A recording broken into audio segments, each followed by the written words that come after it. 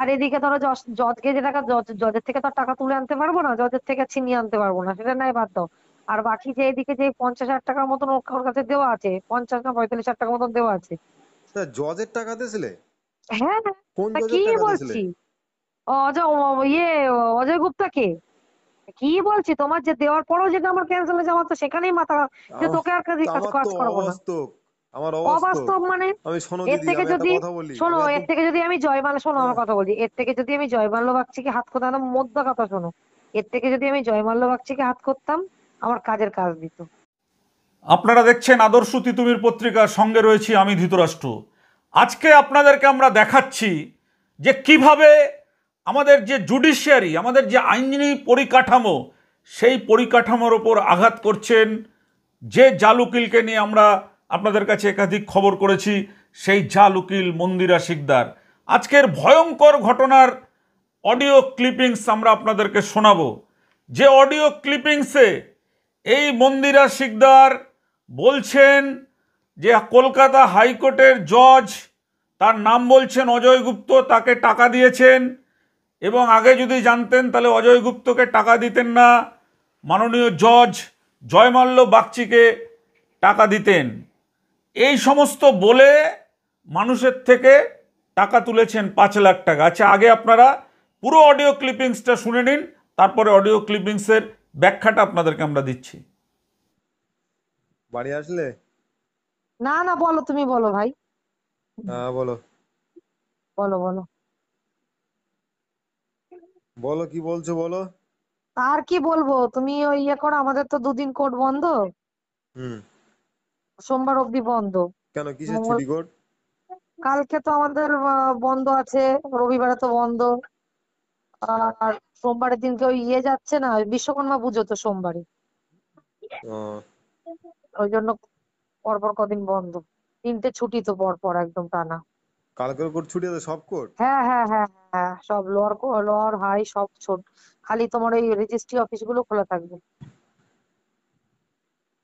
আমাদের বারাসাত কোর্টে ছুটি? রেজিস্ট্রি অফিস খোলা থাকবে খালি, ফেরেস্তা ফেরেস্তা আমাদের সব বন্ধ কালকে, হুম। বার ফার সব বন্ধ কালকে। ঠিক আছে, হচ্ছে ব্যাপার, আমি সোমবারে তোমার মঙ্গলবারে গিয়ে ফাইল পত্র কি আছে আমি তুলে এনে দিয়ে দিচ্ছি। আর ওটা তাহলে জামিন হলো না? তা কি করবো, তুমি তখন বারণ করছো করতে, আরে আমি তুমি, দিদি, 6টা মাস তুমি কি করছিলে বলো, তুমি আমার বুঝতে একটুখানি বলো। পেরেছি ভাই, বুঝতে পেরেছি, তুমি 6টা মাস তোমার অনেক অপেক্ষা করতে হয়েছে, আমি সবই বুঝতে পেরেছি। তোমার এখন বেল আর মুখে আমার সবকিছু, এবার দেখো, আমি তো তোমাকে বললাম যে দেখো আমার এই কেসে কিন্তু এবার মারলেই বেল হবে। আমি হাইকোর্ট যেহেতু 2বার থেকে 3বার করা হয়ে গেছে, সুতরাং হাইকোর্ট আর করার দরকার নেই, সুপ্রিম কোর্টে মারলে আমাদের বেঙ্গল বেঞ্চে আমার নিজের লোক রয়েছে সেখানে। আচ্ছা ঠিক আছে, আচ্ছা, কবে করে দেবো ওটা বলো, দিন বলো। আমি দিনক্ষণ অত এক দেখো, তাহলে ঘন্টা তোমাকে দিন। ডাইরেক্ট কথা বলে দেবো, না, আমি আমার আর তোমার আমার সাথে কথা বলো। বলতে হবে না দিদি। না না না না না না ভাই, না না না না না। না আমি ভাই, কারোর তোমার বিশ্বাস করি নে। আমি যার হাত ধরে গিয়ে যার হাতে দিয়েছি আমি সেটাই আমি। যে ঠিক আমার আছে, বাড়ি এসেছে তারপরে তাকেই চিনি আমি, তার আর আদার্স কাউকে চিনি না। তা তুমি আমার বাড়ি আসোনি, আমরা কি আমি ওরকম ওইটাই মানুষ? বলছি, যে আমার বাড়ি এসেছে আমি তাকেই চিনি, আমি কাউকে চিনি না। আমরা ওরকম ধরনের মানুষ না গো, বুঝেছো? আমি তুমি কাউকে যে চিনি না। কথাগুলো আচ্ছা বলেছো যে কবে দেবে বলো। মানুষ দেখলে চেনা যায়, হ্যাঁ ত্যান কত আমি বলছি, কথা তুমি বলো, বললে আমি ওসব তুমি। কথা শুনি না, আমি কবে দেবে বলো। তুমি বলো তাহলে একদম ঠিক আছে, কথাটা। দাঁড়াও, আমি কালকে তোমাকে আমি তুমি আমার এই ফোনে থাকবে, আমি ওই ফোনে ফোন করবো, কনফারেন্স নিয়ে তো করালে কথা বলবে না বলছে, আমি ওই আমার ফোন দিয়ে তুমি নিজে কানে শুনে নেবে। দাঁড়াও, আর করো না, কালকে আমার ওই অর্ধেক কাগজ দিয়েছে, অর্ধেক কাগজ ও এখনো দেয়নি, ও দেওয়ার কথা আছে, আজকেও দেওয়ার কথা ছিল, দিইনি। হুম তা অর্ধেক ফাইল ওই মানে যে যে ওই যে উকিলের কাছে ছিল, বুঝলে তো, হাইকোর্টে। হুম। এবার ওকে বলেছি যে ভাই তোমাকে করতে হবে না, তুমি যেটুকুনি তোমার ভিজিট ফিজিট যা লেগেছে তোমার টাকা দিও না, টাকা দেবে কি জন্য? না না, ও এখন খেচর খেচর করছে আমার সাথে, ঠিক আছে, এই নিয়ে আমার সাথে, তুমি জানো সাহেবদার সাথে এই নিয়ে ওর সাথে কি ঝগড়া হয়েছে? টাকা দেবে কি তুমি জন্য? আমি তুমি হাইকোর্টে সাহেবদার, একবার হয়েছিল। আমি ওখানে পুরো আমি ঘরের মধ্যে চেঁচামেচি করছি, টাকা কি জন্য নেবে, কিসের যোগ্যতা আছে তোমার? ঠিক আছে, সাহেবের সাথে এই নিয়ে বিরাট ঝগড়া হয়েছে, তুমি জানো না কোনো এই নিয়ে। যাবে না, টাকা দেবে না তুমি তার। ঠিক আছে, তোমার কিসের যোগ্যতা আছে তুমি টাকা নেবে? এবার ও হচ্ছে এই কথা বললো, যাই হোক, যেটা তো আমি পুলিশকে দিচ্ছি, পুলিশের টাকাটা নয় বাদ দাও, পুলিশের তো আমার পরেই আছে, ও আমার পরে কথা বলবে। হুম। আর এদিকে ধরো জজকে যে টাকা, জজের থেকে তো আর টাকা তুলে আনতে পারবো না, জজের থেকে ছিনিয়ে আনতে পারবো না, সেটা নাই বাদ দাও। আর বাকি যে এদিকে যে 50,000 টাকার মতন ওর কাছে দেওয়া আছে, 50 না 45,000 টাকার মতন দেওয়া আছে, জজের টাকা দিয়েছিলে? হ্যাঁ, কোন তা জজের কি টাকা দিয়েছিলে? বলছি? ইয়ে অজয় গুপ্তাকে কি বলছি, তোমার যে দেওয়ার পরেও যেটা আমার ক্যান্সেল হয়েছে, আমার তো সেখানেই মাথা, যে আমার তোকে আর কাজ আমার তো কাজ করাবো না। অবাস্তব, আমার অবাস্তব। অবাস্তব মানে? আমি শোনো এর দিদি, থেকে আমি একটা যদি, কথা বলি, শোনো, আমি এর একদম থেকে যদি আমি জয়মাল্য, শোনো হ্যাঁ, আমার কথা বলি, এর থেকে যদি আমি জয়মাল্য বাগচিকে হাত করতাম, না মোদ্দা কথা শোনো, এর থেকে যদি আমি জয়মাল্য বাগচিকে হাত করতাম, আমার কাজের কাজ দিত। আমি একটা কথা বলি, তুমি আমি কাজের হ্যাঁ, দৌড়, শোনো কথাটা, ভালো হুম, কথা শোনো, কাজে যাতে আমার হয়ে যাবে বলে শুধু তোমার ফাইল না, জানো কি করেছে বরগাছার 5 জনের করিয়েছে, বাকি জনের করায়নি। আমার কথা শোনা তেল। সব, আমি সব কার আর আর শুনতে আরো সবার ভালো লাগে না, শোনো আমারটা কি হুম, করলে হুম, ওদেরকে আমার ঠিক এইভাবে বলা আছে, হুম, টাকা যেমন নিচ্ছি টাকা তেমন রিটার্ন দেবো। কি বলিস শোনো, হুম, কথাটা আগে শোনো। বলো। তোমাকেও যেমন, তুমি যেমন আমাকে ভাষা দিয়েছো যে ভাই যেরকম নেবো সেরকমই করবো। একদম তোমার থেকে যদি কথা কথা বলছি, পাঁচ আমার লাখও নি, শোনো, 5 লাখই তোমার রিটার্ন দেবো। আমার কথা শোনো, একটা কথা বলি, তুমি বলো। আসামি হাই সুপ্রিম কোর্টে যাবো যে আমার দেখার দরকার নেই, আমার কবে আসামিটা দিচ্ছ সেই কথা আমার বলবে। ঠিক আছে, আমি কথা কথা সেটা কথাই বলছি তো, একটা, তোমার থেকে বাবা যদি একটা হয় একদম, কথাও একটা হবে। তোমার আমি থেকে এরকম যদি বুঝি। 5 লাখও নি, 5 লাখই তোমার রিটার্ন দেবো, এরকম আচ্ছা, আর ক্ষমতা কথা রেখে হবে কাজ করি। একটা, আমি ওর ঠিক শোনো আছে, ওসব কিছু জানি না, কে ওসব, টাকা হ্যাঁ, নিয়েছে যে না ভাই নিয়েছে। টাকা ঠিক আছে লাগবে, দেখো কাজ হয়নি হুম, তোমার, ভাই টাকা তুমি নিয়ে চলে হ্যাঁ, যাও, তোমার ফাইল নিয়ে চলে যাও, ভাই হলো না, পারলাম হুম, না, আমি তোমার সাথে আমার তোমার খেচার আমার খেচার করে তো একটাই লাভ কথা নেই। ভালো লেগেছিল যে 1 টাকা খরচা হবে না।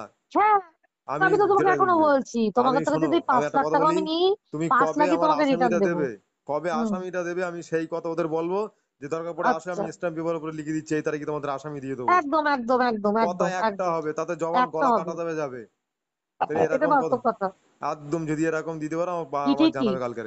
ঠিক আছে, চলো আমি কালকে সকালে একবার ফোন করে দাঁড়াবো, ওরে দেখি এখনই ফোন আর করবো ফোন আমি। করলেই ফোন রিসিভ করবে। আর করবো না কেন, আমি কদিন ঝামেলার মধ্যে ছিলাম বলছি। হুম, ফোন করলেই ফোন রিসিভ করবে। ঠিক আছে, চিন্তা করো না, আমি চিন্তা তোমার করতে কথা না, বলে দিলাম, ফাইনাল তোমার থেকে জানাবে, ঠিক আছে। টাকা যা হবে হিসাব পুরো স্টাম্প পেপারে লেখা থাকবে, তোমার থেকে 5 লাখ নিলে তোমাকে হুম, 5 লাখ টাকা তোমাকে ফেরত দেওয়া হবে, সোজা কথা, কথা একটাই কথা হবে, দু নয় ছয় কথার কাজ আমি করি না। দুই নয় সাথে কাজ হবে না জানো তুমি, জানো তো তোমার টাকার জন্য কোথা থেকে কোথায় রেট তোলা হয়েছে বলো দিনি। আমি, তুমি জানো না, তুমি আজকে আরে বলতেছো যে ভাই সুপ্রিম কোর্টে শোনো গেলে একটা তো কথা রেট বলি ফেট শোনো, আবার হাই তুমি হয়ে যায়, জানো তো ভাই। তোমার কথা শোনো, তুমি হয়তো সুপ্রিম কোর্ট বলতেছো তাহলে আমার আমার বাবার কথা কোর্ট শুনবে না, তো। আমার যেমনি যাবো ওরা মুখটা দেখাবো আর লাস্টে, দিয়ে দেবে। ওরা লাস্টে এই টাকা দেয়নি বলে এই রাতকালে আমি দাঁড়িয়ে বলছি ঘরের মধ্যে, তোমাকে কি বলবো, যদি আমি মিথ্যা কথা বলে আমার কি হবে। আমি নিজের বাইক বিক্রি করে দিয়েছি জানো, সে আটটি আড্ডা সে বিক্রি তো করে আমি দিয়েছি। জানি, আমি কি বলছি, তাহলে সুপ্রিম কোর্টে গেলেও তো টাকা পয়সা খরচা হবে, হুম, কিন্তু আমার বাবার করতো না, যা কথা বাবার হবে করতো এবার না যে স্ট্যাম্প যা পেপারে তুমি কথা হবে। তুমি স্ট্যাম্প দিবে না, তোর কাছে কত টাকা তো আছে, ওই টাকা নিয়ে খরচা করো। আরে টাকা যেটুকু আছে সেটুকু তো আমি তুলে নিচ্ছি রে ভাই, কথা বুঝছো না টাকা কেন? তোমার কাছে যা আছে টাকা নিয়ে খরচা করো, আমি এখনো বলতেছি তুমি আমার বার চেনো, সব চেনো। ঠিক আছে, আমি টাকা তুমি আমার বার থেকে নিয়ে যাবে, যদি বলে না ইউনুস ভাই আমার বাড়ি দিয়ে দাও সোদপুরি, তাও দিয়ে আসবো। আমার টাকা আমি আর এখনো তুমি রাখো তো, বলতেছি। তোমার কাজে লাগে টাকা টাকা টাকা টাকা টাকা, তুমি হ্যাঁ, রাখো, তুমি তু- ইয়ে করো ভাই, তুমি রাখো, আমি সকালে ফোন করছি। আর ফোন আমি, করো। ভালো করে শুনলেন তো? এই অডিও ক্লিপিংসের এক প্রান্তে রয়েছেন মন্দিরা শিকদার ওঝা ওরফে মন্দিরা চক্রবর্তী ওরফে রিচি প্রিয়া, নানান নাম নিয়ে উনি ঘুরে বেড়ান। এই মহিলা নিজেকে কখনো সুপ্রিম কোর্ট কখনো হাইকোর্টের বিভিন্ন জায়গার অ্যাডভোকেট পরিচয় দেন, যার আইডেন্টিটি কার্ড আমরা ইতিমধ্যে আপনাদেরকে দেখিয়েছি এবং আমরা খোঁজ নিয়ে নিশ্চিত হয়েছি যে উনি কোনো অ্যাডভোকেট নয়। ফোনের অপর প্রান্তে রয়েছেন বারাসাত জেলা পুলিশের একটি নামজাদা থানার একজন সিভিক ভলেন্টিয়ার। এই সিভিক ভলেন্টিয়ার বিভিন্ন সময় বিভিন্ন কেস নিয়ে বারাসাত আদালতের এক আইনজীবীর কাছে আসতেন। সেদিন সে বারাসাত আইনজীবীর কাছে এসেছিলেন একটি মুর্শিদাবাদ জেলার একটি এনডিপিএস কেস, মানে মাদক মামলার একজনকে জামিন করানোর জন্য। তো সেখানে সেই আইনজীবী জানিয়ে দেন যে তার পক্ষে এই মাদক মামলায় জামিন করানো অসম্ভব। সেখানে তখন এই মন্দিরা চক্রবর্তী এবং তার হাজব্যান্ড সাহেব চক্রবর্তী, এরা বিভিন্ন নামে চলেন, এনারা ওখানে বসেছিলেন। বসে থেকে ওনারা যখন দেখলেন যে ওই কথাবার্তা হচ্ছে, এই ফাঁকে যখন ওই অ্যাডভোকেট তার চেম্বার থেকে বেরিয়েছেন, ওই যে সিভিক ভলেন্টিয়ার তার নাম এবং ঠিকানা ওরা সংগ্রহ করে নেন এবং সংগ্রহ করে নিয়ে তারপর সেই সিভিক ভলেন্টিয়ারের বাড়ি চলে যান এবং বাড়ি চলে গিয়ে তাদেরকে বলেন যে কলকাতা হাইকোর্টের জজদের সাথে টাকা পয়সা দিয়ে তারা জামিন করান। ভাবতে পারছেন? টাকা পয়সা দিয়ে জামিন করান, মানে আমাদের বিচার ব্যবস্থার ওপরে সরাসরি আঘাত। তাই আমাদের কাছে এমন একটা চাঞ্চল্যকর অডিও ক্লিপিংস আসার পরে আমরা সেটা না শুনিয়ে থাকতে পারলাম না। আমরা কলকাতা হাইকোর্টের যে জুডিশিয়ারি ব্যবস্থা রয়েছে, যিনি হাইকোর্টের প্রধান বিচারপতির সেক্রেটারি বা রয়েছেন, তারা কি এই ঘটনাটা জানেন? পুলিশ কিন্তু এ ঘটনা অনেকটাই জানেন, কারণ পুলিশের বিভিন্ন থানার ওসিরা নাকি তার দাদা হয়। ইতিমধ্যেই উনি আমাদেরকে ধমক দিয়ে বলেছেন যে ঘোলা থানার যে প্রাক্তন আইসি বিশ্ববন্ধু চট্টরাজ নাকি তার দাদা হন। বিশ্ববন্ধুদার নামে আপনি কি খবর দেখিয়েছেন? এ সমস্ত বলেছেন। তাই পুলিশ কি করবেন আমরা জানি না, তবে আমাদের সংবাদ মাধ্যম হিসেবে দায়িত্ব রয়েছে। আমরা এই অডিও ক্লিপিংসটি প্রশাসনের বিভিন্ন জায়গায় আমরা তাদের নজরে আনার জন্য আদর্শ তিতুমির পত্রিকার যে ইউটিউব চ্যানেল রয়েছে সেখানে আমরা এটা প্রচার করছি, এই কারণেই যে মানুষ জানুক, যাতে এই প্রতারকের পাল্লায় পড়ে বিচার ব্যবস্থাকে এইভাবে যারা ভুলুণ্ঠিত করছেন, জজ সাহেব যারা বসেন নিরপেক্ষ বিচার দেওয়ার জন্য, সেখানে তাদেরকে কলঙ্কিত করা হচ্ছে। সম্পূর্ণ মিথ্যা কথা এই মহিলা বলে লোকের থেকে টাকা নিচ্ছেন, এবং সেই সিভিক ভলেন্টিয়ার এই মুহূর্তে শারীরিক অসুস্থতায় আমরা যতটুকু খবর নিয়ে জানতে পেরেছি যে তিনি একটি হাসপাতালে চিকিৎসাধীন রয়েছে। কিন্তু এই মহিলা কিন্তু এখনও ধাপে ধাপে ধাপে ধাপে 5 লক্ষ টাকা প্রায় নেওয়া হয়ে গেছে এই জজ সাহেবের নাম করে। আমরা সেটা আপনাদেরকে তুলে ধরছি, আপনারা শুনুন। যদি আপনারা মনে করেন যে এই মহিলাকে অবিলম্বে গ্রেপ্তার করা উচিত, আপনারা যদি মনে করেন যে কলকাতা হাইকোর্টের বিচারপতিদের নজরে আনা উচিত, পুলিশের নজরে আনা উচিত, তাহলে আমাদের এই অডিও ক্লিপিংসের আজকে যে গুরুত্বপূর্ণ ভিডিও, এই ভিডিওটাকে আপনারা বেশি বেশি করে আপনারা ছড়িয়ে দেবেন। কারণ হচ্ছে যে এরা কিন্তু সমাজের বিরাটভাবে ক্ষতি করছে। যে একজন বিচারকের নাম করে টাকা নিচ্ছে, বিচারকের নাম করে টাকা নেওয়া সেটা কত বড় অপরাধ আপনারা নিশ্চয়ই বুঝতে পারছেন। তাই কিন্তু আজকে আমরা আপনাদের সামনে তুলে ধরছি, হাইকোর্টের বিচারপতিদের টাকা দিয়ে মাদক মামলায় জামিন করিয়ে দেবে, 5 লক্ষ টাকা হাতিয়ে নিল ভুয়ো আইনজীবী মন্দিরা চক্রবর্তী। দেখুন সেই খবর।